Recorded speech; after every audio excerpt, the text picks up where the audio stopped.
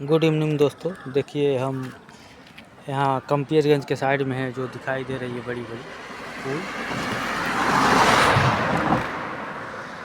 यहाँ खड़े हैं, धूप बहुत काफ़ी है। एक आदमी का इंतज़ार कर रहे हैं, काफ़ी टाइम हो गया, उनका टाइम हो गया आने, तो हमको यहाँ से निकलना चाहिए क्योंकि काफ़ी लेट हो गया। देखिए काफ़ी देर से खड़े हैं। ये भौराबारी का पुल इसको बोलते हैं लोग। अभी याद आया क्योंकि इधर हम लोग बार बार आते नहीं हैं, तो आ गए हैं।